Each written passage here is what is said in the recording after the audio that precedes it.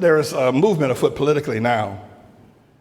The reason why Obama wasn't president is because the 14th Amendment to the Constitution bars anybody who's not natural born from serving as president. You see what happened during the years of the Emancipation Proclamation of Negroes, as they were at the time, slaves in America. It took a national move of Congress to agree that nowhere on any parcel of land in America could anybody be a slave. And Congress had to make that a law that was national.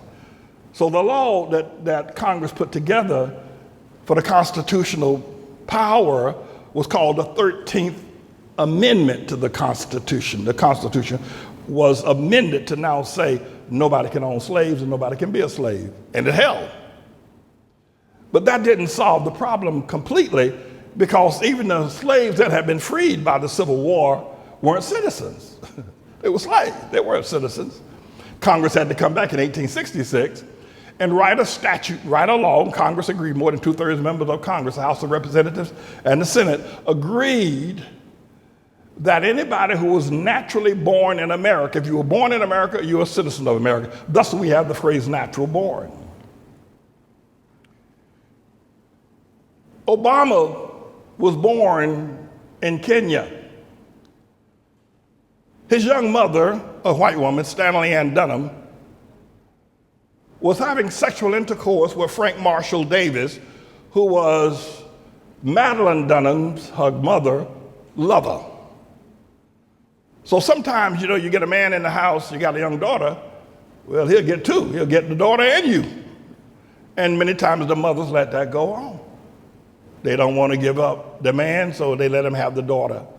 Frank Marshall Davis, not Barack Hussein Obama, made Stanley Ann Dunham pregnant. But she was dating a guy named Barack Obama from university out there in Hawaii, who had come as a student traveling from Africa. She put the child on him.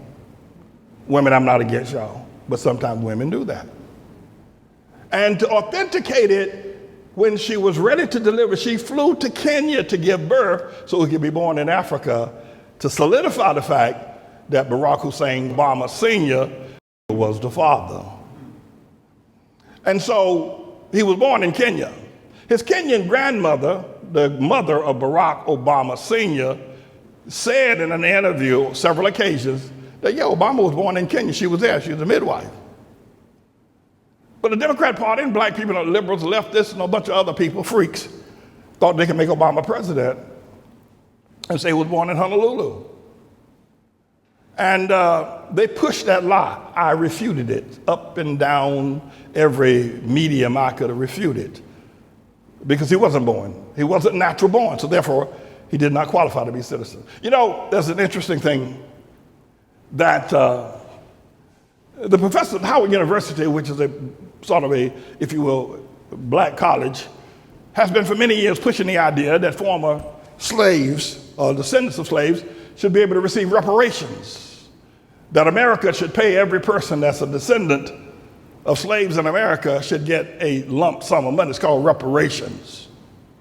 And while there are no slaves that are alive from that period, from that era, but there are many descendants of the slaves of that era. And so those who are descendants qualify. Those who are not descendants of the slavery in America do not qualify. Well, Obama, now as a president, I preach this while he's president, as the so-called first black president, the oxymoron, the actual ignorance, the absurdity of it all is that Obama did not qualify for reparations. But everybody who's black can get a reparation. It said Obama. And the reason why Obama didn't qualify for reparations is because his father, or at least the one alleged to be, who got blamed for it, Barack Obama Sr., was an African and had never been a slave in America. So that disqualifies his father. His mother, Stanley Ann Dunham, was a white woman. She don't sure enough want no slave.